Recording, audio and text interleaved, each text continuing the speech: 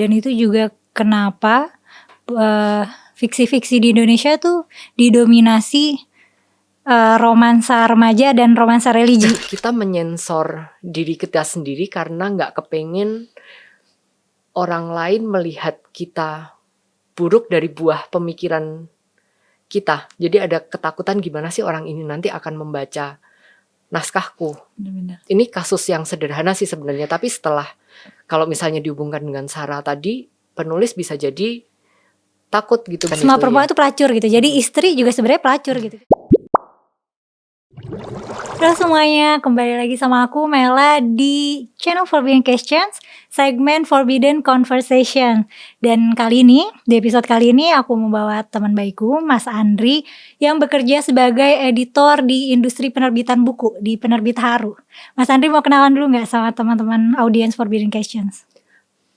Halo teman-teman, nama saya Andri, makasih Mela udah diundang ke sini.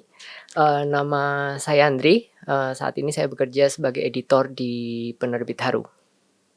Biasanya ngeditin buku-buku jenis apa aja?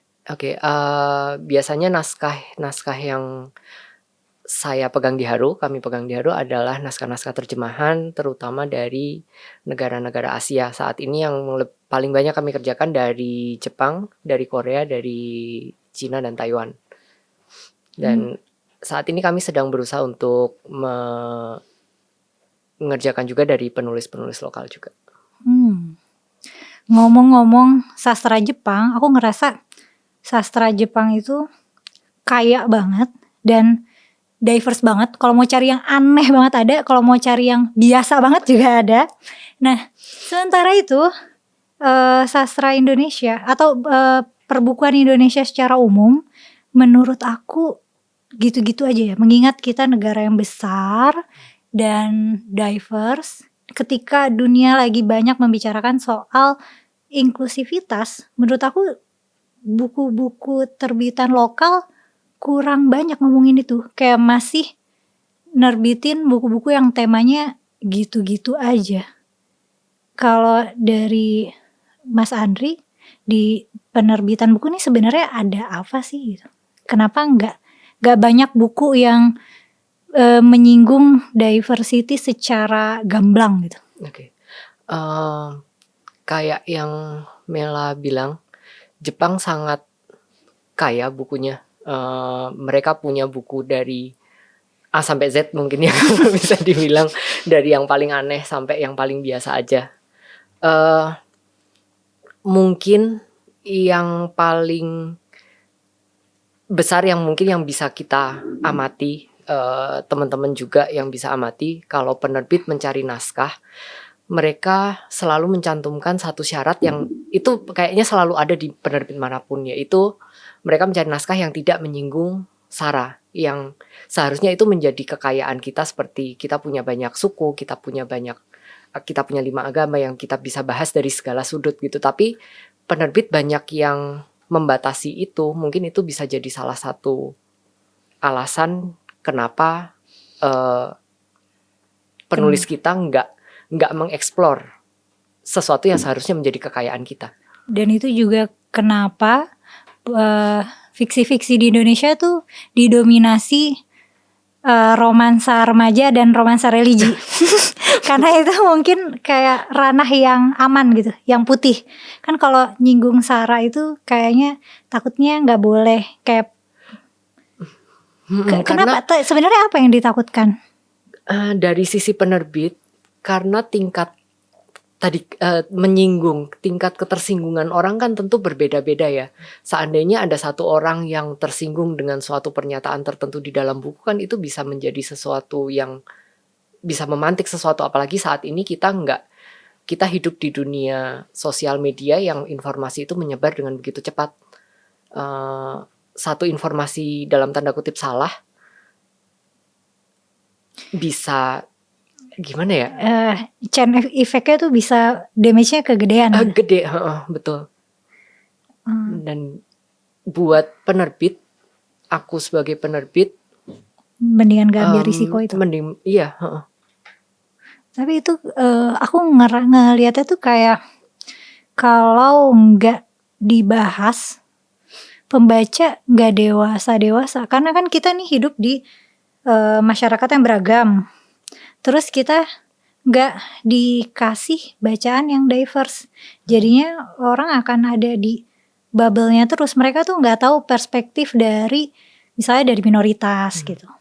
Makanya yang jadi karakter novel itu biasanya kan orang kota metropolitan ya, atau ya orang kota-kota besar, dan ya mungkin dengan karir mainstream atau ya beneran nggak ada keterwakilan dari minoritas gitu. Jadi kita nggak tahu, kita tinggal di bubble kita tanpa aware ada nih kayak orang lain juga di negara ini gitu.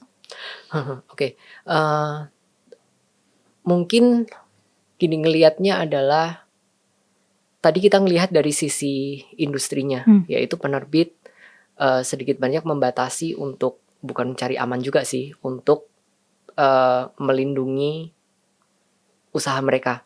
Mungkin bisa ngelihat juga dari sisi pembaca, dari sisi pasar, apa sih yang sebenarnya sedang dicari oleh pasar ini, karena industri tentu harus bisa menjawab pasar dan apa yang sedang mereka cari. Dan tadi kayak yang Mela bilang bahwa pasar kita saat ini banyak terpusat di Pulau Jawa, banyak terpusat di kota-kota metropolitan, dan tentu orang-orang ini ingin mencari naskah-naskah, terutama fiksi ya, yang mereka bisa relate gitu. Dan otomatis apa yang bisa mereka relate ya yang konten-konten itu tadi. Yang kehidupan di metropolitan, yang romance, yang kehidupan dunia kerja kesulitannya seperti apa. Gitu sih. Jadi ada tarik ulur antara orang yang menyediakan, yaitu penerbit, dan pasar sebenarnya apa sih yang dicari gitu, dan yang memang yang besar adalah itu gitu. Dan topik drama romansa tuh mungkin emang kayak paling besar ya marketnya ya. Tapi konfliknya juga gitu-gitu terus, perselingkuhan lagi, cinta segitiga lagi. Karakternya template gitu ya. Bener, karakternya template cewek biasa aja. Ini waktu masih remaja dan baca Teen Lit ya.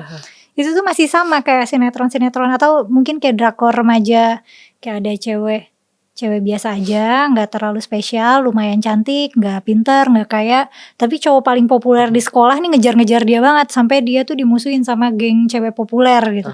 Nah cerita kayak gitu tuh kayak masih ada terus, masih populer terus. Dan cerita mainstreamnya begitu.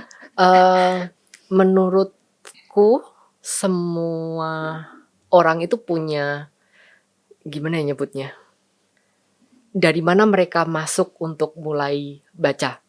Dan dulu pun aku mulai baca kayak semacam Ghostbump lah, Fair Street. Lalu setelah itu aku sangat suka dengan penulis-penulis lokal yang romance.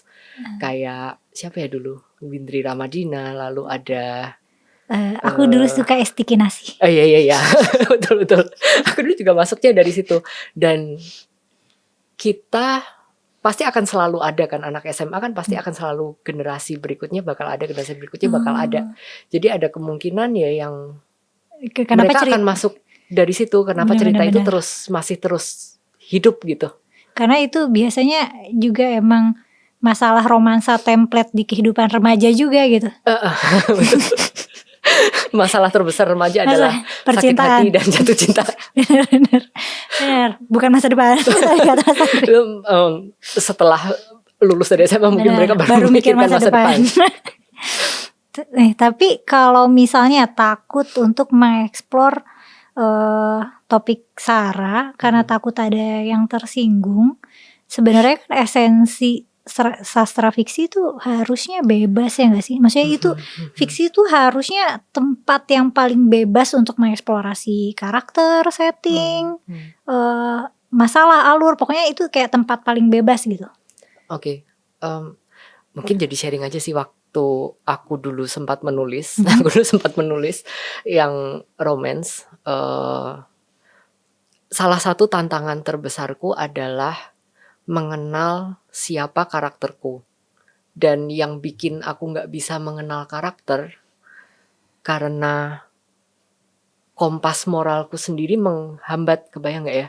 Kebayang. Misalnya kayak karakterku tuh seharusnya marah banget nih. Ya. Seharusnya dia sampai entah banting-banting barang, entah apa. Tapi waktu kecil kan kita dilarang banting barang. Iya bener. Kebayang sih, kebayang. Jadi kayak apa ya, dalam hal tertentu jadi kayak kita menyensor diri kita sendiri karena nggak kepengen orang lain melihat kita buruk dari buah pemikiran kita. Jadi ada ketakutan gimana sih orang ini nanti akan membaca naskahku. Bener-bener. Ini kasus yang sederhana sih sebenarnya, tapi setelah kalau misalnya dihubungkan dengan Sarah tadi, penulis bisa jadi takut gitu bagaimana nanti masyarakat akan melihat naskahku ini, bagaimana kalau nanti mereka tersinggung, bagaimana kalau nanti ada orang yang berpendapat berbeda dari apa yang aku harapkan. Iya, kebayang sebenarnya karena aku kan tumbuh besar di pesantren ya, dimana memang misalnya kayak majalah remaja itu dibatasin, novel cinta-cintaan tuh dibatasin, tapi novel romansa religi kayak tulisannya Asma Nadia itu tuh yang cover-covernya biasanya kayak pakai anime style tapi ceweknya juga panjang, cowok tinggi, kacamata ganteng gitu. Nah kalau itu dibolehin, itu nggak apa-apa. Mungkin karena sebenarnya kan kayak pacaran itu nggak boleh nih, kita anak-anak nggak boleh pacaran karena kan ya tidak sejalan dengan nilai Islam. Tapi tapi kan faktanya kita jatuh cinta gitu, kita punya perasaan suka ke teman kita. Nah jadi alternatifnya romansa religi yang aman. Berarti kan gak ada si karakter-karakternya itu tidak melakukan dosa, dan kalau melakukan dosa nanti endingnya tobat gitu. Kayak gitu deh. Dan itu juga kayaknya kenapa film-film romansa religi juga laku, diminati ya. Diminati. Yang ceritanya poligami itu sebenarnya versi cerita selingkuh di romansa biasa. Tapi secara kompas moral tidak violating kompas moral gitu, karena masih dibolehkan. Kayaknya gitu deh masalahnya. Kompas moral penulis dan kompas moral masyarakat bener, ada kan. Jadi ketemu nih. Iya. Tapi itu yang bikin sastra kita gitu-gitu aja nggak sih? Maksudnya nggak bisa yang aneh banget. Mungkin ya sih, mungkin harus ada orang yang berani ngedobrak ini sih, keberanian penulis dan keberanian penerbit kali ya. Bener. Kan nggak bisa penulis doang kalau nggak ada penerbit yang mau mewadahi naskah yang berani ini. Tapi mungkin juga pembacanya mungkin belum terlalu bijaksana dan dewasa kali ya. Karena aku ingat banget tuh di Twitter pernah orang rame-rame mengkritik Eka Kurniawan gara-gara siapa karakter utama di Cantik Itu Luka? Aku lupa namanya. Aku juga lupa, si cewek cantik itu tuh dia pernah bilang semua perempuan itu sebenarnya, kalau nggak salah kata-katanya itu semua perempuan itu pelacur. Yang beda itu apa ya? Bedanya apa ya? Aku lupa, cuman aku ingat orang membicarakan itu. Semua perempuan itu pelacur gitu. Jadi istri juga sebenarnya pelacur gitu. Kita jual di istri sah juga jual diri juga gitu. Pokoknya intinya pendapatnya kalau nggak salah Dewi Ayu. Pendapatnya dia tuh kayak gitu. Nah tapi orang-orang di Twitter pada ngata-ngatain Eka Kurniawan gitu. Maksudnya mereka menjudge moralnya Eka Kurniawan. Padahal itu kan kalimat fiktif yang diucapkan oleh tokoh fiksi. Mungkin ada ketakutan di situ juga kali ya, takut sama reaksi pembaca yang belum dewasa. Gini, sekarang sebagai editor, aku bisa dengan mudahnya ngomong ke penulis, tolong biarkan tokohmu bercerita, jangan biarkan kompas moralmu menghalangi. Tapi mungkin dan seharusnya sebagai seorang penulis yang berhasil mendalami tokoh ya seperti Mas Eka Kurniawan yang sampai karakternya bisa mencetuskan kalimat yang nggak cocok nih sebenarnya sama kompas moral si penulis, tapi ya sebagai karakter kan dia memang pikirannya seperti itu gitu loh. Karena harusnya kan sastra sebagai karya seni itu kayak membuat kita feel something gitu. Iya. Ya itu kan kenapa kenapa sastra itu seni gitu. Dan kalau sampai kita biarkan kompas moral kita menghalangi menghalangi karakter ini bercerita, kan jadinya tokoh kita sangat flat ya, jadinya tokoh yang sebenarnya tidak, ya gitu-gitu aja ya, tidak di dunia nyata nggak ada, karena kita sebagai manusia tentu punya kekurangan, tentu punya pemikiran yang kadang-kadang nggak cocok dengan ini, nyebelin banget sih orang ini, atau dan kita harusnya pengen marah. sastra fiksi itu tempat buat mengeksplorasi imajinasi itu gitu, termasuk yang sebenarnya rasanya kayak nggak pantas gitu. Yang kita jadi mempertanyakan, sebenarnya pertanyaan ini wajar nggak sih dipertanyakan, apakah pikiran seperti ini yang bisa memantik diskusi lebih lanjut gitu loh seharusnya. Kalau misalnya dari negara gitu, sebenarnya kan kita tahu nih waktu Orde Baru katanya penerbitan tuh bener-bener diawasin sama pemerintah. Tapi kalau sekarang sebenarnya tuh masih diawasin juga nggak sih, maksudnya buku-buku yang terbit? Setauku ada undang-undangnya ya buat buku nggak boleh mengandung inilah, nggak boleh mengandung itulah. Misalnya pornografi udah tentu nggak boleh kan. Itu aku tahu. Terus ada ideologi yang berseberangan dengan Pancasila. Oh iya ya. Tapi kalau misalnya kayak ada pengawasan langsung nggak? Setahuku enggak ada kalau dari pemerintah. Kayak ya penerbit-penerbit menjaga diri masing-masing supaya tidak melanggar undang-undang ini. Masalah. Karena takutnya pembaca yang ramai, atau mungkin bukan pembaca tapi orang yang nggak sengaja nemu buku terus ke-trigger gitu di Oh buku. Iya, aku boleh ceritain soal boleh itu? Dong. Oke. Baiklah. Mungkin kesannya kayak penerbit menjaga diri dan masyarakat mengawasi masyarakat kali ya, kalau boleh bilang seperti itu. Misalnya kayak dulu ada kasus komik pengetahuan, buku pengetahuan untuk anak-anak yang di dalam bukunya itu dia membahas tentang LGBT. Dan saat itu ada laporan dari masyarakat yang mungkin diunggah di sosial media atau blog, yang kemudian itu viral jadi perhatian masyarakat. Kalau nggak salah pada akhirnya buku itu harus ditarik. Mungkin kasusnya jadi seperti itu sih, masyarakat mengawasi masyarakat. Itu yang isinya ini bukan sih, kayak ada anak kecil mempertanyakan kok itu ada couple tapi cowok sama cowok gitu. Lalu ibunya bilang bahwa ya itu pilihan mereka, kita harus menghormati gitu sih. Padahal itu sebenarnya kayak tidak menyampaikan apa-apa kan. Maksudnya harusnya mamanya jawab apa gitu kalau nggak gitu. Iya, nggak menyampaikan apa-apa sih sebenarnya. Iya, maksudnya nggak dengan keras preaching gitu. Kayak cuma jadi decent human being aja. Iya, dia sesama manusia, mari kita menghormati sih sebenarnya. Tapi itu aja reaktif ya. Nah, kalau misalnya mau bandingin sama paling banyak kan buku, kayaknya tuh pusat literasi paling banyak menerbitkan buku tuh kayak Amerika ya. Nah, jadinya karakter-karakter diverse juga banyak munculnya dari Amerika gitu. Kita, nih aku yang orang Indonesia, kita juga punya teman-teman minoritas, tapi yang aku baca itu the hate you give, masalah-masalah diskriminasi orang kulit hitam di Amerika gitu. Karena nyampainya buku itu. Padahal kita juga punya masalah diskriminasi nih sama agama minoritas gitu. Tapi yang buku yang beredar nggak banyak sebenarnya, itu lagi gitu. Kalau ada tuh buku yang bahas tentang konflik Indonesia Timur itu orang-orang Utimu, tapi udah kayaknya itu doang yang bahas, satu buku itu doang.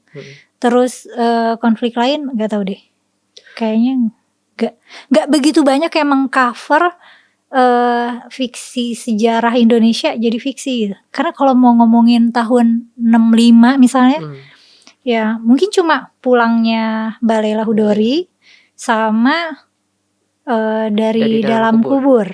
Terus nggak ada lagi. Padahal kan itu kayak tragedi besar ya, kayak konflik politik yang besar di negara ini. Tapi nggak banyak, atau mungkin ada lagi selain itu ya. Tapi aku nggak tahu gitu. Mungkin itu iya sih, pengetahuan kita terhadap naskah-naskah seperti itu terbatas ke naskah-naskah yang populer kali ya, yang terkenal. Mungkin di luar sana ada naskah-naskah yang diterbitkan oleh teman-teman penerbit kecil misalnya, atau penerbit independen yang penulisnya menerbitkan sendiri yang nggak kita ketahui. Jadi mungkin masalah akses ke naskah itu yang nggak terdengar ke kita mungkin. Iya, sebenarnya ada penerbit-penerbit kecil yang mengcover isu-isu itu ya, cuman nggak sampai ke toko Nggak buku nyampe. mainstream. Iya. Jadi ini aku sebagai pembaca Indonesia, orang Jakarta, aku malah baca cerita yang latarnya Perang Dunia Kedua di Jerman gitu. Banyak. Itu kan banyak. Banyak. Dan banyak kayak konflik politik dan budaya lainnya tapi jauh di sana gitu, atau kayak konflik Taliban di Afghanistan, itu kan banyak yang mengcover nih dan populer. Nah kita juga sebenarnya aku jadi ngerasa orang Indonesia kurang, sebenarnya kan sastra itu cara yang bagus untuk mengenalkan setting sejarah ya, awareness terhadap setting sejarah ke pembaca. Nah ini masih jarang banget. Itu juga kayak mungkin kayak penulis, masalahnya apa ya, penulis cari aman, penerbit cari aman, atau karena kebanyakan itu lingkup peneliti dan bukan sastrawan gitu, bukan penulis. Jadi atau mereka semuanya. enggak Karena kan kalau mau nulis kayak gitu, penulis kan harus riset dulu. Iya. Dan mungkin harus kerjasama sama peneliti. Nah itu kan kerjaan ya. Jadi non-fiksi mungkin ada ya kalau iya. non-fiksi. Kalau Kalau fiksi kan kita harus menciptakan karakter nih, dan menciptakan ya entahlah konflik batinnya si karakter. Jadi harus ada kreativitas. Dan riset mungkin juga dibutuhkan kali ya, apalagi kalau menulis di luar kelompok si penulis misalnya, di luar suku, di luar ras dan agamanya si penulis kan. Dan mungkin misalnya aku mau menulis tentang yang karakter utamanya Melanesia misalnya, dari Irian sana. Tapi kan itu bukan pengalamanku. Jadi supaya aku bisa bikin karakter yang bagus, aku harus interview native dulu gitu. Dan sebenarnya kayak di luar kota besar itu ada ya kan ya, maksudnya pegiat literasi dan penerbit-penerbit kecil yang menerbitkan karya penulis lokal. Tapi nggak sampai nih bukunya ke Jakarta. Nggak nyampe, iya, kayak teman-teman dari Makassar. Waktu aku pergi ke Makassar International Writers Festival, kan ketemu juga dengan penulis-penulis dari Indonesia Timur. Mereka bercerita mereka punya penerbit juga di masing-masing daerah, entah itu di Ambon atau di Lombok. Ya tapi penerbit kecil yang distribusinya jadi sempit banget di mereka sendiri dan nggak nyampe ke kita. Bahkan aku nggak tahu buku apa aja yang mereka terbitkan, padahal aku pengen tahu ya mereka menerbitkan buku seperti apa. Karena distribusi itu ongkos banget ya. Iya, kan kayak dari Jawa pun keluar harga buku naik ya. Ada kemungkinan mereka ke kita pun ke Jawa jadi ongkosnya juga naik, dan mungkin mereka juga mempertimbangkan juga siapa yang mau membaca buku mereka. Apalagi kalau pasarnya kayak yang aku bilang tadi, pasarnya Jawa, yang kota-kota metropolitan yang pengennya baca tentang Jawa dan tentang kota metropolitan. Udah mah distribusi mahal, nyampe Jawa pun belum tentu ada yang mau baca. Soalnya teman aku yang di Ambon itu dia juga cerita di kotanya nggak ada toko buku, jadi kalau mau ke toko buku harus naik pesawat dulu. Terus udah gitu di toko bukunya bukunya mahal banget, jauh banget sama harga Jakarta. Jadi dia tuh mendingan just tip. Jadi kayak harga buku plus ongkir itu lebih murah daripada dia harus beli dari toko buku terdekat di tempat tinggalnya. Mau ke toko buku aja naik pesawat ya? Bener. Itu jadi gimana, itu mungkin di tempat yang nggak ada, kayak nggak ada gimana ya, toko buku independen kan kerjaan banget ya sih. Maksudnya itu kayak sebetulnya itu kerjaan amal ya, kayak penerbit lokal dan pegiat literasi itu mah kegiatan amal gitu. Maksudnya tidak tidak ada harta yang bergelimang di situ. Jadi mungkin nggak banyak orang yang milih jalur itu. Dan kalau di situ nggak ada akses buku, ya udah gitu. Jadi mau gimana? Iya sih. Tapi asiknya ngelihat teman-teman yang bergelut di Indonesia Timur, mereka sangat bersemangat gitu loh. Apalagi akhir-akhir ini kalau Mela pernah dengar ada festival literasi yang mulai bermunculan di Indonesia Timur kan. Itu menyenangkan untuk dilihat dan aku pengen tahu buku-buku yang mereka terbitkan, yang mereka bahas itu seperti apa, karena kan mereka pasti membahas penulis-penulis yang teman-teman Indonesia Timur kan. Benar, dan aku tuh dulu pernah kepikiran juga pengen jadi teman-teman aku ngelola komunitas pembaca buku namanya Bookish Indonesia, dan aku waktu itu gara-gara ngomongin topik diversity, terus buku-buku yang muncul di diskusi itu buku-buku Amerika termasuk tadi That You Give gitu. Terus aku mikir ngapain kita ngomongin kayak diskriminasi di Amerika jauh-jauh gitu, di Afghanistan yang jauh. Sebenarnya kita punya masalah juga di sini gitu, tapi buku apa yang mengcover? Nah akhirnya aku pengen bahas topik Indonesia Timur. Ternyata aku kesusahan cari penulis buku komunitas, maksudnya ada, tapi kayak jejaring kecil-kecil gitu. Tapi belum aku eksekusi akhirnya. Karena waktu itu aku kayak masih bingung ini eksekusinya gimana.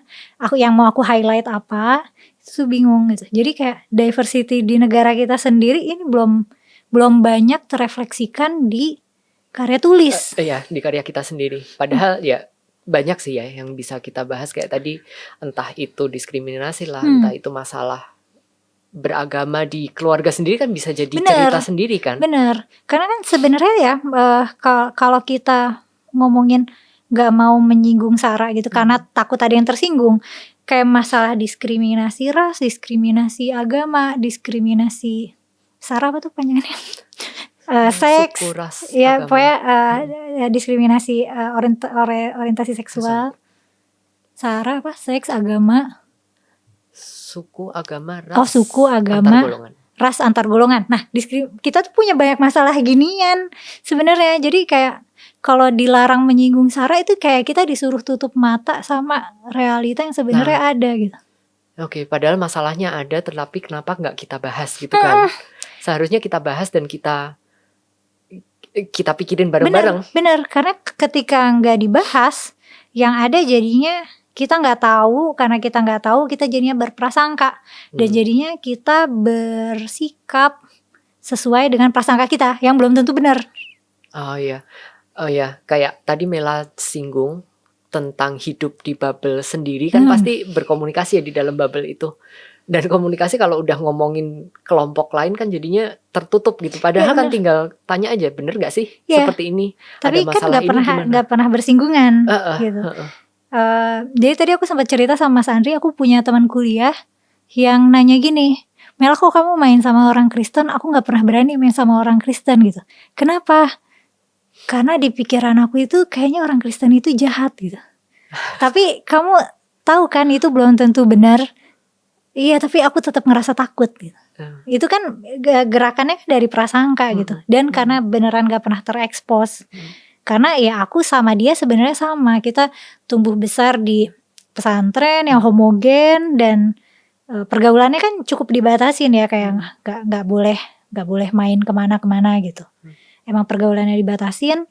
Terus isi kepala kita juga dikurasi gitu. Dikurasi. Jadi kayak nggak aneh kalau prasangka-prasangka kayak gitu bisa muncul gitu. Makanya ini tempatnya sastra masuk nih. Iya, setuju. Karena kalaupun nggak ada interaksi, setidaknya isi kepala nggak terlalu terkurasi. Ya, sastra itu asiknya bisa jadi pemantik diskusi ya, apalagi kalau saat ini kan banyak banget diskusi buku yang kita bisa ngumpul di satu tempat dan itu jadi tempat untuk berkomunikasi tentang kontennya dan antara penulis dengan pembacanya, dan bisa saling mengerti satu sama lain, itu jadi bisa mendobrak si masing-masing bubble ini loh. Ya benar. Aku inget ada novel yang nulis itu Oka Rusmini. Mhm. Itu ya, dia ngambil settingnya kan di Bali tuh, ngambil masalahnya juga Bali banget, tentang misalnya kayak Bali tuh kayak masih patriarkis, masih ngurusin kasta-kastaan gitu-gitu. Nah itu aku kayak nggak akan kepikiran sebelumnya kalau aku nggak baca itu. Iya. Pasti aku kepikirannya Bali itu pantai, Bali itu hedon, Bali itu liburan. Iya. Nah sedangkan kan karena itu dari sudut pandang aku sebagai turis. Nah sedangkan masyarakat asli Bali itu nggak ngalamin masalah sosial yang kayak gitu. Iya. Nah udah gitu aku ke kayak toko buku lokal di Bali, di Ubud. Terus mereka punya satu rak kecil dari yang isinya buku-buku penulis lokal. Aku beli beberapa buku puisi dan buku kumpulan cerita pendek. Dan ternyata ekspektasi aku rendah. Karena aku mikirnya kayak ini tulisannya kayak penulis-penulis hobis aja gitu, penulis gak niat. Iya. Ternyata bagus-bagus, ceritanya bagus-bagus. Ada yang kayak mistis gitu, ada yang emang kritis banget. Terus puisi-puisinya juga bagus-bagus. Terus aku mikir, oh iya ya, kayak soalnya Bali kan banyak seniman di situ. Jadi mereka mungkin inner minds-nya tuh kaya gitu. Tapi kenapa aku nggak bisa nemuin ini di toko buku lokal ya? Dan di situ aku jadi suka ngulik-ngulik komunitas buku lokal yang ternyata mereka juga punya penulis-penulis lokal. Itu bikin aku jadi penasaran. Padahal itu Bali ya, maksudnya Bali sama Jakarta tuh kan kayak masih temenan ya, nggak asing Gak banget. jauh-jauh banget ya. Tapi itu pun nggak masuk gitu. Mungkin ya sih, mungkin masalah akses tadi sih sebenarnya. Ada penerbit-penerbit yang memang mengerjakan buku-buku yang beragam ini. Cuman kita jadi nggak tahu karena aksesnya sangat di lokal mereka sendiri yang nggak nyampe ke kita, terutama kita yang ada di Jawa gitu. Jadi iya, meskipun ada jadi kesannya nggak ada, padahal ada di lingkaran mereka. Iya sih. Jadinya bacaan bestsellernya tuh bacaan dari penerbit gede gitu. Misalnya apa sih, Evil I Mean Love itu kan waktu itu waktu aku remaja itu kayak semua orang di sekolah baca novel itu. Terus Laskar Pelangi, Cinta tuh, Cinta itu malah bikin novel-novel di toko semua jadi something cinta, zikir cinta, doa cinta. Aku tuh nggak banget di toko buku tuh, di toko buku novel-novel judulnya jadi pada kayak gitu, pokoknya something cinta. Terus covernya mata itu, pokoknya ngikutin cover Ayat Cinta. Itu saking kayaknya pengen mengcopy kesuksesan Ayat Cinta. Nah sedangkan buku itu terus difilmin juga pasti masuk ke seluruh dunia. Sedangkan banyak nih kayak cerita-cerita lain, dan harusnya Indonesia tuh kaya sama cerita, kaya akan pemikiran. Tapi mungkin ya clash-nya di itu ya, kayak crossing kompas moralnya penulis terus mikirin kompas moralnya pembaca. Iya. Kalau misalnya kita baca, misalnya waktu kecil kan kita baca manga yang aneh-aneh gitu ya.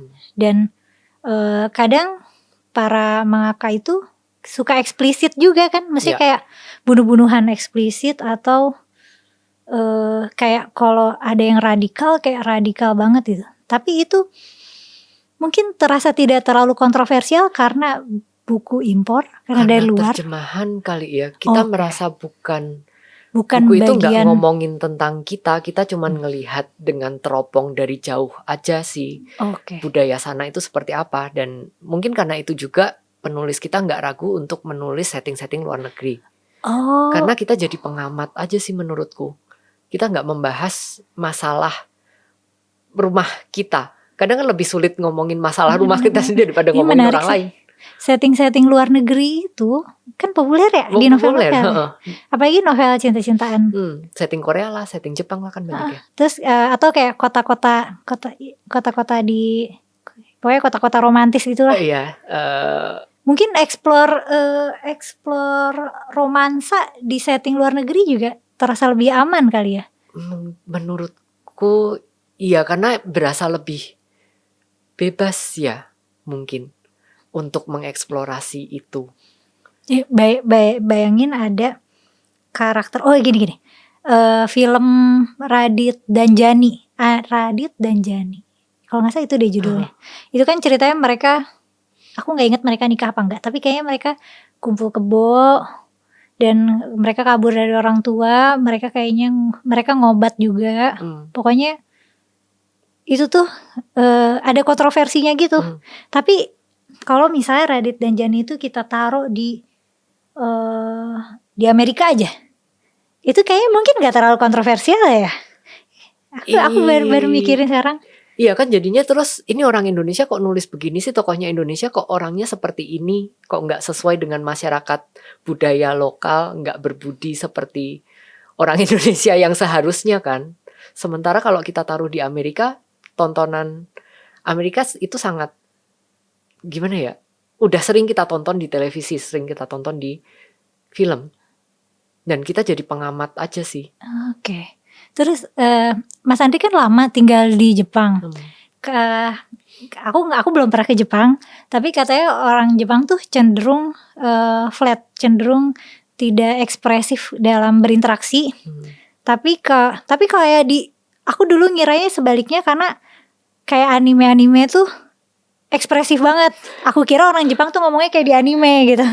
Kayak kan kalau kayak sonen gitu biasanya karakter utama cowok remajanya itu kayak full of rage and passion gitu, kayak ngomong berapi-api. Terus unik-unik banget gitu, karakternya kan sangat berkarakter. Tapi ternyata terus biasanya juga menentang status quo karakter-karakternya. Nah, sedangkan orang Jepang itu kan kayak tertib, gampang diatur, menjunjung tinggi status quo. Menjunjung tinggi status quo. Dan itu menarik banget ya. Maksudnya itu waktu aku kecil, aku mikirnya itu adalah representasi cara orang Jepang berekspresi gitu. Tapi ternyata enggak. Orang Jepang iya sih, bukan gak berekspresi ya, mungkin gimana ya nyebutnya, gak seekspresif anime. Gak seekspresif anime sih. Mungkin dalam artian tertentu si anime dan dorama yang hangat, yang ekspresif ini adalah harapan mereka untuk itu bagian dari imajinasi sastra mereka gitu. Yang karena gak dibatasin, kayak gak ada pembatasan juga ya gak sih? Karena gak terlalu ada sih setauku. Jadi imajinasinya gak dibatasin, jadilah karya-karya sastra Jepang yang aneh-aneh ini, yang di luar keseharian mereka. Bener. Dan kalau di urusan non-fiksi, mungkin juga kayak sekarang kan lagi banyak nih tulisan non-fiksi Korea Selatan yang ngomongin soal misalnya, pokoknya kebalikannya dari kerja keras lah, kerja biasa aja, pokoknya hidup mediocre, terus hidup minimalis, nggak materialis, pokoknya pengen hidup yang biasa aja. Mungkin itu juga kayak respon dari tekanan kompetisi dan kapitalisme di sana ya nggak sih? Maksudnya di mana orang-orang tuh kayak ngejar banget karir, ngejar banget skor akademik yang bagus, ngejar banget kesuksesan dan kerupawanan. Iya, jadi kompetisinya dari segala sisi ya kalau Korea, aku merasa. Jadi buku-buku yang mengembrace slow life itu banyak dari Korea Selatan. Itu kayaknya respon dari stresnya mereka. Mereka berharap untuk ini ya, untuk slow down sedikit, nggak memperhatikan untuk selalu berkompetisi, lebih ke apa ya, bukan mengapresiasi, memvalidasi keinginan mereka untuk slowing down, untuk nyantai. Oh ya, tadi kan aku padahal ngomongin buku sebagai representasi budaya. Tapi sebenarnya bisa jadi counter representasi budaya ya nggak sih? Jawaban dari budaya sih. Kan? Benar sih. Kayak respon ngerespon itu. Iya juga sih. Jadi ngerespon. Terus berarti sebenarnya apa sih yang ini kita punya masalah ini nih ya, orang Indonesia yang berkarya, yang menulis itu nggak berani crossing boundaries. Penerbit gak berani crossing boundaries, terus ada masalah akses juga. Terus kalau dari sudut pandang Mas Andri ini sebagai yang kerja di penerbitan, yang pernah nulis juga, yang bisa dilakukan apa sih? Yang bisa dilakukan pemerintah kali ya, soalnya kayaknya cuma pemerintah doang yang bisa bikin perubahan sama keadaan ini. Kalau pemerintah, mungkin tadi kan kita bahas ternyata di luar sana ada banyak penerbit Penerbit kecil. kecil yang ternyata mereka sudah berusaha untuk membuat terbitan dan bacaan itu lebih beragam. Dan menurutku kita seharusnya mengapresiasi usaha para penerbit kecil ini. Kita sebagai pembaca. Kita sebagai pembaca juga, tapi bentar, konteksnya tadi dalam pemerintah ya. Iya. Oke, sorry, aku ulang lagi.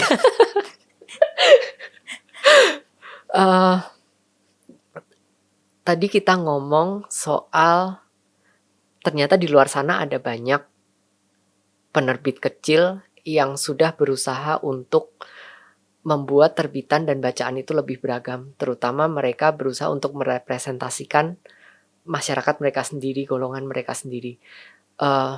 Mungkin kalau dari pemerintah bisa membantu para penerbit-penerbit kecil ini untuk mendapatkan sorotan lebih lagi, entah itu dalam distribusi atau dalam kurasi yang kemudian dipublikasikan dengan lebih luas lagi, itu akan sangat membantu para penerbit kecil ini untuk lebih mengeksplorasi keberagaman naskah itu sih menurutku. Karena distribusi itu pasti masalah gede ya, karena Distribusi, ongkos. Iya betul. Karena costly. Apalagi buat penerbit kecil ya. Benar ya. Terus biaya cetak, kalau misalnya hard file itu mahal juga. Berarti kan asumsinya mereka nggak bisa mencetak banyak. Apa mungkin kita bisa mencontoh Jepang kali ya? Jepang dia memberlakukan buku itu satu harga. Jadi mau dari Hokkaido yang di paling utara sampai ujung selatan, semua harga buku itu sama.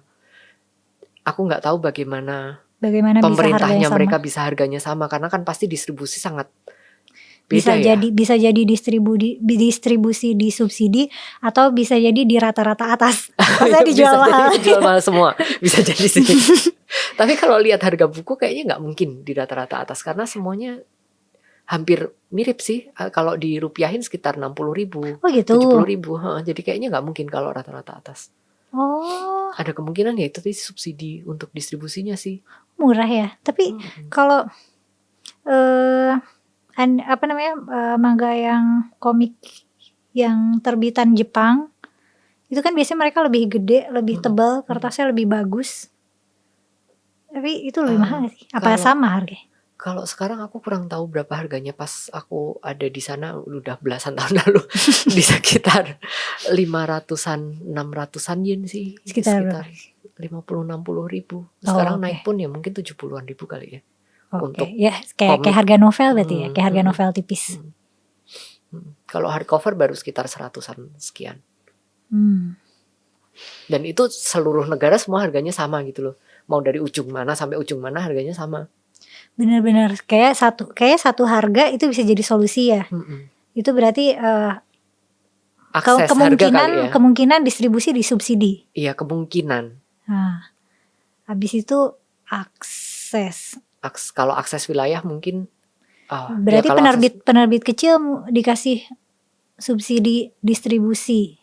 Subsidi distribusi atau subsidi produksi kali ya, entah itu pada akhirnya akan dilarikan kemana oleh si penerbit ini, ada suatu subsidi distribusi mungkin. Dan mungkin dikasih insentif kali ya. Aku ngebayanginnya tuh industri buku, apalagi industri buku kecil, apalagi independen kecil, itu berdarah-darah ya gak sih?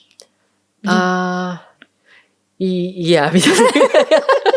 Sebagai pemilik ini ya, penerbit kecil, iya. Iya, Mas Andri kan punya penerbit Mai. Jadi Mas Andri itu punya penerbit kecil khusus buat nerjemahin sastra Jepang. Nah itu kan hitungannya independen ya gak sih? Independen banget. Independen. Ya Mas Andri itu berdarah-darah nggak? Privilege-ku adalah karena aku bekerja di Haru. Jadi aku tidak perlu bergantung pada penerbit kecil ini. Kalau misalnya cuman penerbit kecil ini doang yang aku kerjain, ya itu tadi berdarah-darah. Babak belur.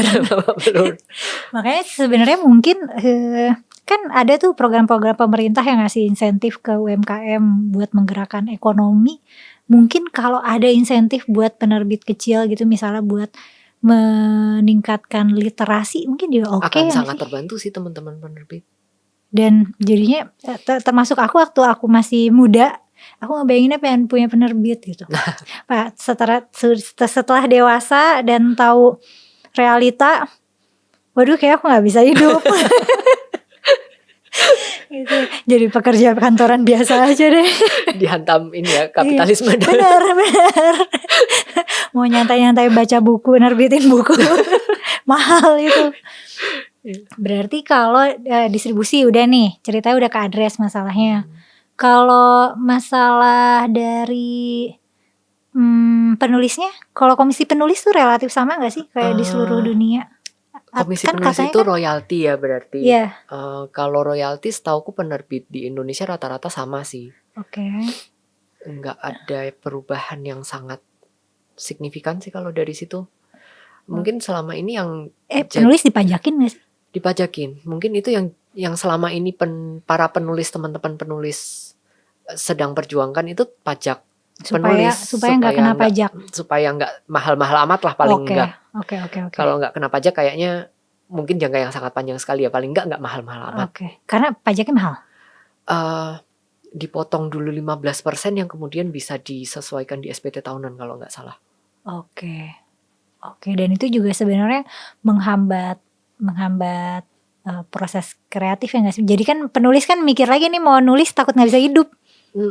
Jadinya kan jadi pekerjaan sampingan ya, bukan sesuatu yang jadi utama si penulis. Seandainya itu bisa jadi pekerjaan utama dan bisa mereka memikirkan karya selanjutnya, mau ngadres isu apa, mungkin mereka bisa lebih produktif lagi. Tapi kalau misalnya dari isi tema, perlu gak sih di reinforce gitu? Coba banyakin tulisan yang mengedepankan keberagaman gitu dan inklusivitas. Oke. Mungkin itu bisa dimulai dari, kalau kayak festival, kayak penghargaan sastra gitu, biasanya ada pembatasan gak sih syaratnya? Kan kalau di penerbit ada nih gak boleh naskah yang menyinggung SARA. Kalau di lomba-lomba, kalau kayak naskah-naskah lomba gitu, kayaknya tergantung jurinya deh. Dan tergantung penyelenggara. Oke. Sepertinya itu. Karena kan toh naskah yang menang belum tentu terbit kan? Betul. Nah itu menurutku bisa dari harapan penerbit sih. Ini harapanku sebagai penerbit, bisa dipantik dari teman-teman pembaca. Karena pasti industri akan menjawab pasar. Seandainya banyak permintaan naskah-naskah yang diverse, naskah yang membahas tentang Indonesia Timur atau suku lain atau Indonesia di masa lalu, atau Indonesia di masa lalu, historical ya berarti kan, pasti si industri ini akan menjawab itu. Jadi ini lebih ke harapanku sih ya, teman-teman pembaca banyak mencari naskah-naskah yang beragam ini, mulai mencari naskah yang enggak itu aja. Gimana nyarinya? Kan kita nyari yang ada di toko buku, yang ditawarin oleh penerbit. Membaca naskah yang sudah ada dulu, seperti yang kamu bilang kayak ayat-ayat cinta meledak, semua orang akan mengikuti kan? Oh iya sih, benar. Seandainya ada satu naskah yang kesukuan atau keagamaannya kuat yang membahas isu tentang SARA ini dengan bagus dan itu sangat diminati oleh teman-teman pembaca, pasti nanti semua pasti akan ngekor. Sebenarnya Laskar Pelangi itu contoh yang bagus banget ya, karena kan si Ikal itu naksir sama temennya Aling yang dari Tionghoa, terus ada masalah di situ, tapi karena cerita anak kecil jadi lucu gitu. Dan itu settingnya juga di Belitung. Kedaerahannya kuat. Iya benar. Dan itu juga ngasih beberapa insight soal sejarah Belitung pas zaman kolonial sama pas udah diambil korporasi. Itu ada juga gitu. Sebenarnya itu contoh yang bagus banget, tapi kayaknya nggak ada penerusnya lah. Nggak tahu, aku nggak tahu. Jangan-jangan belum ada penulis yang bisa atau yang mau pada saat itu untuk menulis. Karena berarti penerbit itu mengandalkan naskah yang masuk ya nggak sih? Naskah yang masuk, iya, kadang penerbit juga mencari. Oke. Dan bagaimana penerbit bisa tahu, oh ini penulis yang bagus gitu? Baca naskahnya sih nggak bisa kalau ngelihat orangnya doang, orang ini bakal jadi penulis yang bagus, kayaknya nggak bisa, harus ngebaca naskahnya dulu dan bagaimana dia. Berarti approach orangnya dan minta naskah gitu? Minta naskah sih biasanya. Kamu punya naskah atau enggak? Berarti apa yang bisa kita lakukan sekarang? Membaca lebih beragam sih kalau Baca lebih menurutku. beragam supaya menciptakan demand yang beragam. Demand yang beragam, betul. Terus support penerbit independen. Support penerbit independen, mari kita support penerbit yang sudah berusaha untuk mewarnai lebih banyak warna di penerbitan Indonesia. Dan itu ya, komunitas literasi dan pegiat literasi lokal mungkin kayak perbanyak kolaborasi. Sebenarnya sekarang udah mulai rame ya. Iya. Maksudnya kayak riak-riaknya tuh rame, tapi apa karena aku di Jakarta ya ngerasa itu rame. Kayak nggak tahu di tempat lain. Mungkin ya kolaborasi itu sih jangan sendirian, karena kalau sendirian mungkin suaranya kecil ya, tapi begitu kita semua berkelompok pasti akan lebih gede. Di situ udah yang bisa dilakukan sebagai pembaca apa? Sebenarnya kalau kita kayak nulis review, pokoknya konten tentang buku itu tuh pengaruhnya besar gak sih buat industri buku? Mengingat industri buku tuh industri kecil yang konon katanya mulai agak mati, makanya banyak toko buku yang tutup atau toko bukunya jadi kecil gitu. Jadinya alat tulis ya. Iya, toko alat tulis. Kayak sebagai marketnya, kalau misalnya kita kayak ngontenin buku, ngulas buku, kayak nge-rate buku di Goodreads gitu, itu impactnya impactful gak sih? Impact ada, karena orang-orang yang ragu untuk membeli buku kan pasti mereka mencari review itu kan, dan akhirnya banyak banget kok aku temuin orang-orang yang pada akhirnya aku beli bukunya karena nonton kamu review loh, aku bener-bener baca reviewmu kan.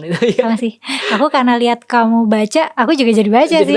Ya. Oh iya bener, itu justru bisa jadi impactnya lebih gede daripada ngelihat buku itu di display toko buku bestseller gitu. Betul, karena orang lebih percaya konsumen lain ketimbang percaya produsen kayaknya. Produsen bilang bukuku bagus kan kayak ya wajar. Dia jualan. Ya wajar. Ya benar. Berarti sebagai pembaca kita kasih tahu, kita umumin nih aku baca ini, dan misalnya ini ya, terus kasih review gitu ya. Itu buku yang bagus bakal di review yang bagus. Bakal bantu industri buku. Terus Mas Andri punya harapan nggak atau punya pertanyaan nggak buat teman-teman yang nonton video ini gitu? Mungkin ada hal yang pengen Mas Andri tahu dari publik atau yang pengen Mas Andri sampein gitu. Oke. Harapannya sih dari percakapan kita ini, teman-teman bisa mulai penasaran dengan buku yang lebih beragam, kayak dari penerbit-penerbit kecil itu ada banyak banget buku yang beragam ternyata. Untuk kita dukung penerbit yang memang sudah mulai banyak menerbitkan naskah-naskah yang beragam ini. Kalau pertanyaan, mungkin naskah apa sih yang kalian pengen baca kali ya? Di luar naskah yang jadi comfort zone kalian. Di luar itu pengen baca apa? Iya benar. Secara umum atau dari penulis Indonesia? Dari penulis Indonesia dong. Oke. Berarti kayak cerita yang kayak gimana atau tulisan yang kayak gimana yang kamu harapkan bisa kamu temuin dari penulis Indonesia. Betul. Yang kayak gitu. Oke, terima kasih Mas Andri udah datang ke